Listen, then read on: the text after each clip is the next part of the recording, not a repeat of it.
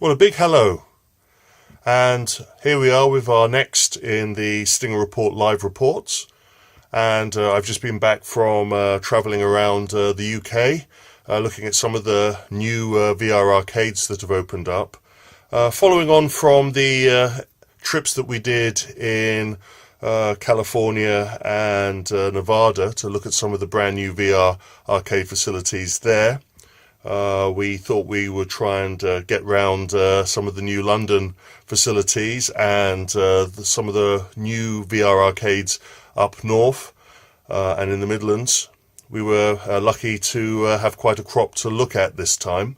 We wanted to get this in before we do our extensive reports from the EAG show that's this week. So you catch me back in the man cave again. Sorry for that, but needs must. And first off, we went up to Manchester and visited the Telford Centre. And inside that quite impressive shopping centre, we came across the Odeon Cinema. And inside the Odeon Cinema complex, alongside an FEC laser tag and miniature golf area, has been installed the fourth of the IMAX VR facilities. It is important to understand that this is the fourth one, and being in England, we've already had Canada receive one, New York and Los Angeles, and of course one in Shanghai. But this is the first of the facilities that has been located in a cinema rather than on a standalone approach. The facility has 10 booths. Dedicated to offering both multiplayer VR experiences and single-player experiences. The Justice League system was there running on the D-Box, as well as the Star Trek and Star Wars experiences. Very impressive to see the first of the setups making it outside of the US, Canada and China, and actually coming over to the UK. Also within the Telford facility was another VR experience, again brought to us by our friends at Bandai Namco in their Namco Fun Center, Funscape Center, and they had a AI Solve WePlay VR machine, the Backpack enclosed maze system. It's nice to see that it being placed into an FEC environment. That is one of 11 installations of that system that's taken place over the last couple of months, and we expect to hear about many more of those following the EAG show. Then a quick trip over to Liverpool, and we went to the VR Here facility. Interesting location with 4 dedicated booth areas inside their facility.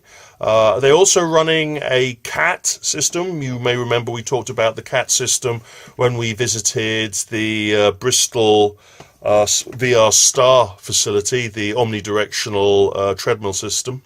It's important to understand that VR Here is one of the longest operational UK VR facilities, permanent VR facilities. Many have started up and closed down, but this is one that has been a continuous operation, and the company has plans to expand on their work, not just in the VR arcade side, but also looking at architectural and pop-up installations of their expertise. Well, back into the car and a quick zip down the country to Birmingham. And we went to the famous Bullring shopping mall location in the heart of the city. And within that structure, there is the Virtual X site, well-appointed branded site with 4 stations. One of those comprising a driving station and 2 enclosed booths. The 15 by 15 kind of approach. The company working it as both a drop-in traffic, membership scheme, and private hire environment. And it was great to see that being well used even at the time that we turned up at the Bullring. Then we moved on to the Custard Factory, interestingly named area of the Birmingham scene, to the Matrix VR facility. Much smaller operation, but again, focusing on the interest in VR, two booths or two enclosure style locations with people able to experience virtual reality entertainment. And then it was driving back down to the south of England, to Tunbridge Wells. And there we found ourselves at the Hollywood Bowl at Tunbridge Wells, where they have installed the latest of Bandai Namco's VR Zone portals, VR Zone Portal Tunbridge Wells. In a enclosure, a fully enclosed environment, the three VR Zone games have been placed. The ones we've already covered from the coverage of the original installation at the O2 Centre, Hollywood Bowl, along with the horror experience and the mech control experience. The one new addition to the mix was the walk the plank, save the cat Vertigo VR experience that Bandai Namco has developed. Players having to wear a special harness and then fight their fears of vertigo to navigate across a plank and collect a virtual cat at the other end. It's interesting to see a lot of interest from people to wanting to try out the VR experiences in this enclosure.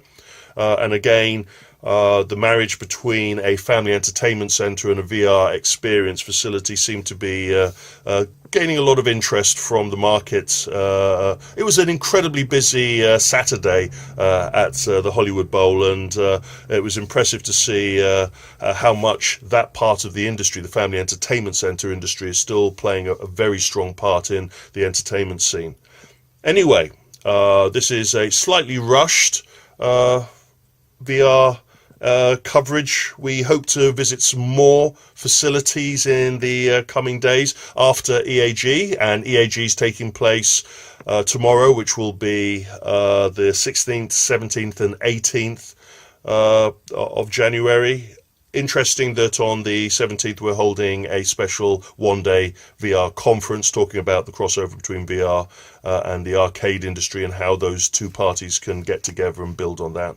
And then, of course, end of February, beginning of March, we have the Amusement Expo in Las Vegas, which prior to that, we also have the FEU, the Foundations Entertainment University, where we will be going over the development and creation of family entertainment centres, some of the pointers, some of the pitfalls. And again, we'll be talking about VR there during the show.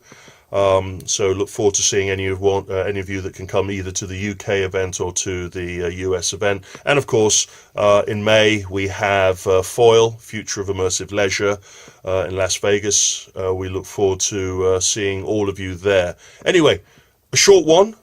I'll make sure that our next coverage goes into the details of what we see at the EAG show in London. But till then, have a safe one.